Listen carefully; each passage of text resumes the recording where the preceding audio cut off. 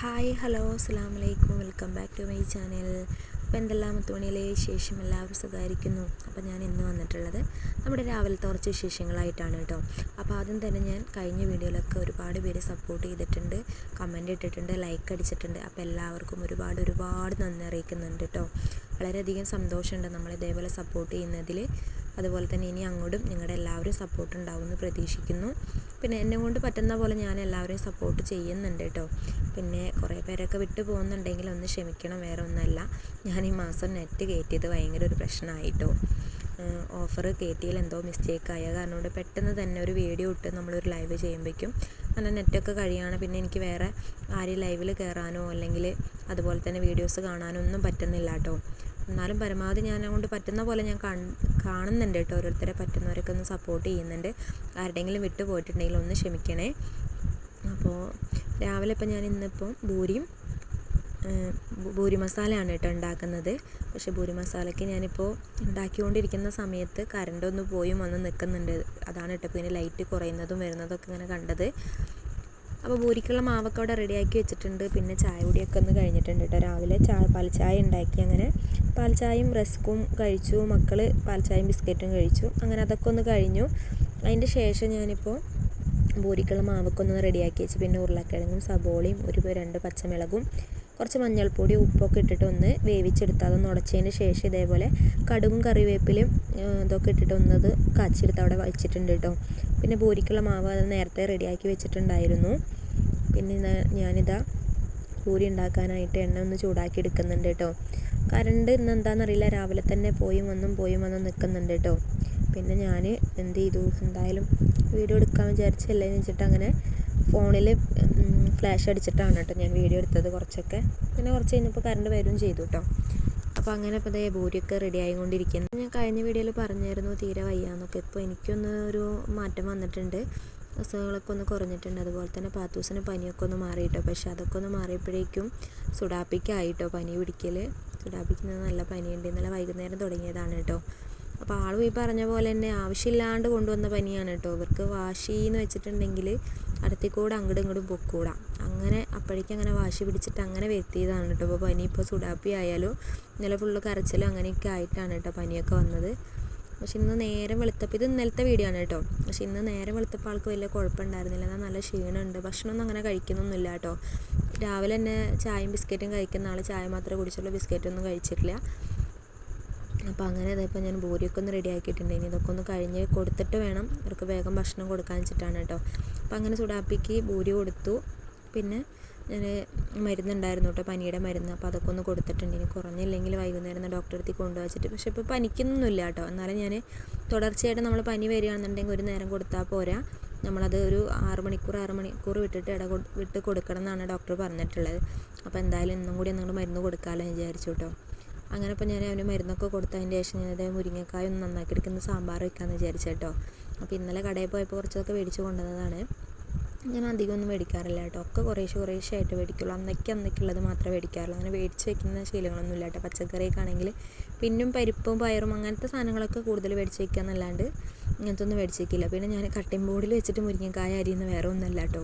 ഇവിടുത്തെ കത്തി തപ്പിയിട്ട് കാണാനില്ല. അപ്പോൾ ഇതിൽ കടയിൽ പോയപ്പോൾ ഞാൻ 2 കത്തി മേടിക്കാൻ പറഞ്ഞു. പക്ഷേ അത് നല്ല മൂർച്ചുള്ള കത്തി കേട്ടോ. അപ്പോൾ കൈ മുറിയുമോ എന്നുള്ളൊരു പേടി. സാധാരണ എന്ന് പുതിയ കത്തി മേടിച്ച് വന്ന് എൻ്റെ കൈ മുറിയും കേട്ടോ. കുറച്ച് ദിവസത്തേക്ക് അവിടെ ഇവിടെ മുറിയിൽ തന്നെ ആയിരിക്കും കേട്ടോ പണി. അപ്പോൾ അത് വേണ്ടല്ലോ വെച്ചിട്ട് ഞാൻ കട്ടിംഗ് ബോർഡിൽ കട്ട് ചെയ്തെടുത്തത് കേട്ടോ. അപ്പോൾ അങ്ങനെ പച്ചക്കറിയൊക്കെ ഞാൻ അവിടെ റെഡിയാക്കി വെച്ചിട്ടുണ്ട്. വെണ്ടക്കായ ഇതുപോലെ കഴുകിയിട്ടൊന്ന് കട്ട് ചെയ്തിട്ടൊന്ന് മാറ്റി വെച്ചിട്ടുണ്ട്. പിന്നെ കുറച്ച് പുളിയൊന്ന് വെള്ളത്തിലിട്ട് വെച്ചിട്ടുണ്ട് കേട്ടോ. ഇനിയിപ്പോൾ സാമ്പാറിനുള്ള പരിപ്പ് ഞാൻ ഒന്ന് വേവിച്ചെടുത്തിട്ടുണ്ടായിരുന്നു കേട്ടോ. അതിലേക്ക് ഞാനിപ്പോൾ പച്ചക്കറിയൊക്കെ ഒന്ന് ഇട്ട് കൊടുക്കുന്നുണ്ട്. പിന്നെ എൻ്റെ വീഡിയോയിൽ അത് ടോട്ടോ എന്നിങ്ങനെ കുറേ വരുന്നുണ്ടാവും. ഞാനതങ്ങനെ പറഞ്ഞ് ശീലിച്ച കാരണം കൊണ്ട് ഞങ്ങൾ എത്ര മാറ്റാൻ ശ്രമിച്ചിട്ട് എനിക്കത് പറ്റുന്നില്ല കേട്ടോ. കുറേ ദിവസം മുമ്പ് വീഡിയോയിൽ ഇങ്ങനെ ഇട്ടിട്ടുണ്ടായിരുന്നു കേട്ടോ, ഇത്ര ഉണ്ട് എന്ന്. പക്ഷെ അത് മാറ്റമൊന്നും വേണ്ട, നല്ല രസമുണ്ട് അത് കേൾക്കാനെന്ന് പറഞ്ഞിട്ട് എനിക്കൊരു കമൻറ്റ് വന്നിട്ടുണ്ടായിരുന്നു കേട്ടോ. പക്ഷെ ഞാനങ്ങനെ വന്നപ്പോൾ തൊട്ട് എന്നാലും ഞാൻ ശ്രമിക്കുന്നുണ്ട്. പക്ഷെ എനിക്കങ്ങോട്ട് പറ്റുന്നില്ല. എത്ര നമ്മളിങ്ങനെ വോയിസ് കൊടുക്കുന്ന സമയത്തായാലും നമുക്കതങ്ങനെ വന്നു പോവാണ് ഓട്ടോമാറ്റിക്കായിട്ട് കേട്ടോ. പിന്നെ ഞാനിതിപ്പോൾ ഇതിലേക്ക് പുളിയും കൂടി ഒന്ന് പിഴിഞ്ഞൊഴിക്കുന്നുണ്ട്. പിന്നെ കുറച്ച് മഞ്ഞൾപ്പൊടി, മല്ലിപ്പൊടി, മുളക് പൊടി അല്ലാതെ ഇട്ട് കൊടുത്തിട്ടുണ്ട്. സാമ്പാർ പൊടി നമ്മൾ ഇടുന്നതിൽ എത്ര നമ്മൾ ഉപയോഗിക്കുന്നു അതിൽ നിന്നൊരു പകുതി ഞാൻ ഇപ്പോൾ ചേർത്ത് കൊടുത്തിട്ടുണ്ട് കേട്ടോ. പിന്നെ അങ്ങനെ പച്ചക്കറിയൊക്കെ ഒന്ന് വെന്തതിന് ശേഷം ഞാൻ നമ്മുടെ വെണ്ടക്കായ ഒന്ന് വാട്ടി വെച്ചിട്ടുണ്ടായിരുന്നു കേട്ടോ. ആ വെണ്ടക്കായും കൂടി അതിൽ ചേർത്ത് കൊടുത്തിട്ടുണ്ട്. എന്നിട്ടൊന്ന് നല്ലോണം ഒന്ന് തിളപ്പിച്ചെടുത്താൽ മാത്രം മതി കേട്ടോ. അല്ലെങ്കിൽ പിന്നെ ആദ്യമേ ചേർത്തെടുക്കുകയെന്നുണ്ടെങ്കിൽ വെണ്ടക്കായൊക്കെ അങ്ങോട്ട് ഉടഞ്ഞങ്ങോട്ട് പോകും. അതിന് വേണ്ടിയിട്ടാണ്. പിന്നെ ഞാൻ ചട്ടിയിലേക്ക് ഇത് മാറ്റുകയാണ്. അപ്പോൾ അതിന് വേണ്ടിയിട്ട് ഞാൻ ചട്ടിയിൽ തന്നെയാണ് കേട്ടോ കാച്ചെടുക്കുന്നത്. വേറെ ഇത് ചീനച്ചട്ടിയൊന്നും വെക്കുന്നില്ല. ഇതേപോലെ ഒരു ചട്ടി വെച്ചിട്ട് അതിൽ കുറച്ച് വെളിച്ചെണ്ണ ഒഴിച്ചു കൊടുത്തു. പിന്നെ കടുക് ഒന്ന് പൊട്ടിച്ചെടുക്കുന്നുണ്ട്. കടുക് പൊട്ടിച്ചതിന് ശേഷം 2 വറ്റൽമുളകും കുറച്ച് കറിവേപ്പിലയും കൂടി ഇട്ടെടുത്തിട്ട് ഒന്ന് മൂപ്പിച്ചെടുക്കുക കേട്ടോ. എന്നിട്ട് നമ്മൾ തീ ഒന്ന് ഏറ്റവും ലോ ഫ്ലെയിമിൽ തന്നെ ആക്കി വെക്കണം കേട്ടോ. സിമ്മിൽ തന്നെ ആക്കി വെക്കുക. എന്നിട്ട് അതിന് ശേഷം നമുക്കതിലേക്ക് നേരത്തെ മാറ്റി വെച്ച സാമ്പാർ പൊടി, നമ്മളിപ്പോൾ ഒരു 2 ടീസ്പൂൺ സാമ്പാർ പൊടി ചേർക്കുകയാണെന്നുണ്ടെങ്കിൽ 1 ടീസ്പൂൺ കറിയിലും ചേർത്ത് കൊടുക്കുക, 1 ടീസ്പൂൺ ഈ താളിക്കുമ്പോൾ ചേർത്ത് കൊടുക്കുക കേട്ടോ. എന്നിട്ടപ്പോൾ ഞാനിപ്പോൾ കുറച്ച് ചേർത്ത് കൊടുത്തിട്ടുണ്ട്. എന്നിട്ട് അതൊന്ന് ചൂടാക്കി എടുക്കുക. എന്നിട്ട് നമുക്ക് ആ കറിയൊന്ന് അതിലേക്ക് ഒഴിച്ച് കൊടുത്താൽ മതി കേട്ടോ. പിന്നെ നമുക്ക് നല്ലോണം തിളപ്പിച്ചെടുക്കാം. അപ്പോൾ ഇങ്ങനെ ചേർത്ത് കൊടുക്കുകയാണെന്നുണ്ടെങ്കിൽ കറിക്ക് നല്ല കട്ടി കിട്ടും കേട്ടോ. പിന്നെ എന്താ പറയുക, താളിപ്പ് നമ്മൾ അതിലേക്ക് ചേർക്കുമ്പോൾ തന്നെ ഒരു ടേസ്റ്റ് കൂടുതലാണല്ലോ നമുക്ക്. അപ്പോഴാണ് സാമ്പാറൊക്കെ ഒന്ന് കറക്റ്റായി വരിക തന്നെ. പിന്നെ ആവശ്യത്തിനുള്ള ഉപ്പൊന്നും ഞാൻ ചേർത്ത് കൊടുത്താൽ, ഉപ്പ് ആദ്യം ചേർത്തിട്ടുണ്ടായിരുന്നു കഷ്ണങ്ങൾ വേവിക്കുമ്പോൾ, പക്ഷെ ഉപ്പ് കുറച്ച് കുറവുണ്ടായിരുന്നു കേട്ടോ. അപ്പോൾ ഉപ്പും പുളിയും ഒരേ ബാലൻസ് ചെയ്ത് നിന്നിട്ടില്ലെങ്കിൽ സാമ്പാറിൽ ഒരു ടേസ്റ്റും ഉണ്ടാവില്ല കേട്ടോ. അപ്പോൾ അങ്ങനെ അതൊന്ന് അവിടെ നിന്ന് ഇറക്കി വെച്ചതിന് ശേഷം ഞാൻ വാഷിംഗ് മെഷീനിൽ കുറച്ച് തുണി അലക്കാനുണ്ടായിരുന്നു. അപ്പോൾ അതും കൂടി ഇട്ട് കൊടുക്കുന്നുണ്ട്. പിന്നെ ഈ വാഷിംഗ് മെഷീൻ വെച്ച സൈഡിലാണെങ്കിൽ ബൾബില്ല, പിന്നെ ലൈറ്റും കുറവാണ് കേട്ടോ. അപ്പോൾ അതുകൊണ്ടാണ് കേട്ടോ ഈ ഒരു ക്ലിയർ കുറവുള്ളത്. പിന്നെ ഒരാളുടെ വൃത്തി അറിയണമെങ്കിൽ അവരുടെ കാലിലേക്ക് നോക്കിയാൽ മതി എന്ന് പറയുന്നത് കേട്ടിട്ടില്ലേ? കുറേയൊക്കെ അത് സത്യമല്ലേ? ഞങ്ങളിപ്പോൾ ഒരാൾ നടന്ന് വരികയെന്ന് വിചാരിക്കും, പക്ഷെ നമ്മൾ ആദ്യം നോക്കുക ആളുടെ മുഖത്തേക്കായിരിക്കും. മുഖത്ത് നോക്കുമ്പോൾ നല്ല ഭംഗിയുണ്ടാവും, നല്ല സൗന്ദര്യമുള്ളൊരു കുട്ടിയാണെന്ന് വിചാരിക്കും. പക്ഷേ ആളുടെ കയ്യിലും കാലും നോക്കുമ്പോൾ എന്താ പറയുക, കാലും ഇങ്ങനെ അഴുക്ക് പിടിച്ച് കിടക്കുക, നഖം വെട്ടാതിരിക്കുക, അതുപോലെ തന്നെ നെയിം പോളിഷൊക്കെ പകുതിയായിട്ട് കിടക്കുക, പിന്നെ കാലിൻ്റെ അടിയിലൊക്കെ വിണ്ട് കീറി അഴുക്ക് പിടിച്ച് കിടക്കുക. അങ്ങനെയൊക്കെ കാണുമ്പോൾ പോയില്ലേ. പിന്നെ എത്ര ഭംഗിയുണ്ടെന്ന് പറഞ്ഞിട്ട് ഒരു കാര്യമില്ല കേട്ടോ. എല്ലാം അതിൽ തീർന്നു. ശരിക്കും ഒരാളുടെ സൗന്ദര്യം എന്ന് പറയുന്നത് വൃത്തിയിലാണ് കേട്ടോ. അപ്പോൾ നമ്മൾ വീട്ടമ്മമാർക്കും ഇതുപോലെ ഒന്ന് എന്താ പറയുക, വീട്ടിലിരിക്കുന്ന അമ്മമാർക്കൊക്കെ നമുക്ക് ഇനിയിപ്പോൾ ബ്യൂട്ടി പാർലറിൽ പോയിട്ട് നമുക്ക് കാലൊക്കെ ഒന്ന് പെഡിക്യൂർ ചെയ്യണമെന്നൊന്നുമില്ല കേട്ടോ. നമുക്ക് വീട്ടിൽ തന്നെ ചെയ്തെടുക്കാവുന്നുള്ളൂ കേട്ടോ.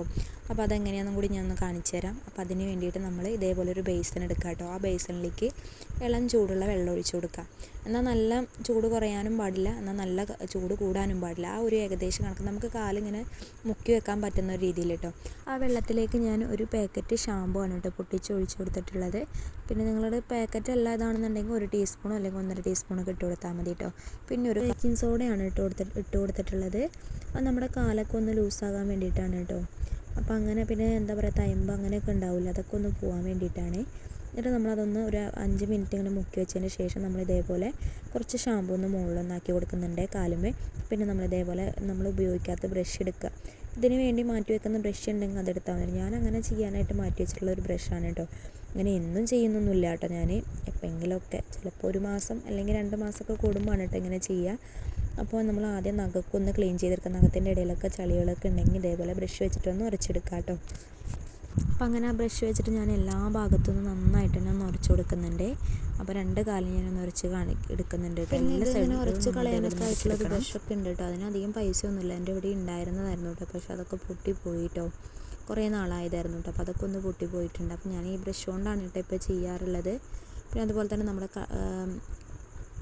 കാലിൻ്റെ പാദല്ല അടിയിലായിട്ട് അവിടെയൊക്കെ ഇതേപോലെ അഴുക്കൊക്കെ ഉണ്ടെങ്കിൽ നല്ലപോലെ നമ്മൾ ബ്രഷ് വെച്ചിട്ടൊന്ന് ഉരച്ച് കൊടുത്താൽ മതി കേട്ടോ.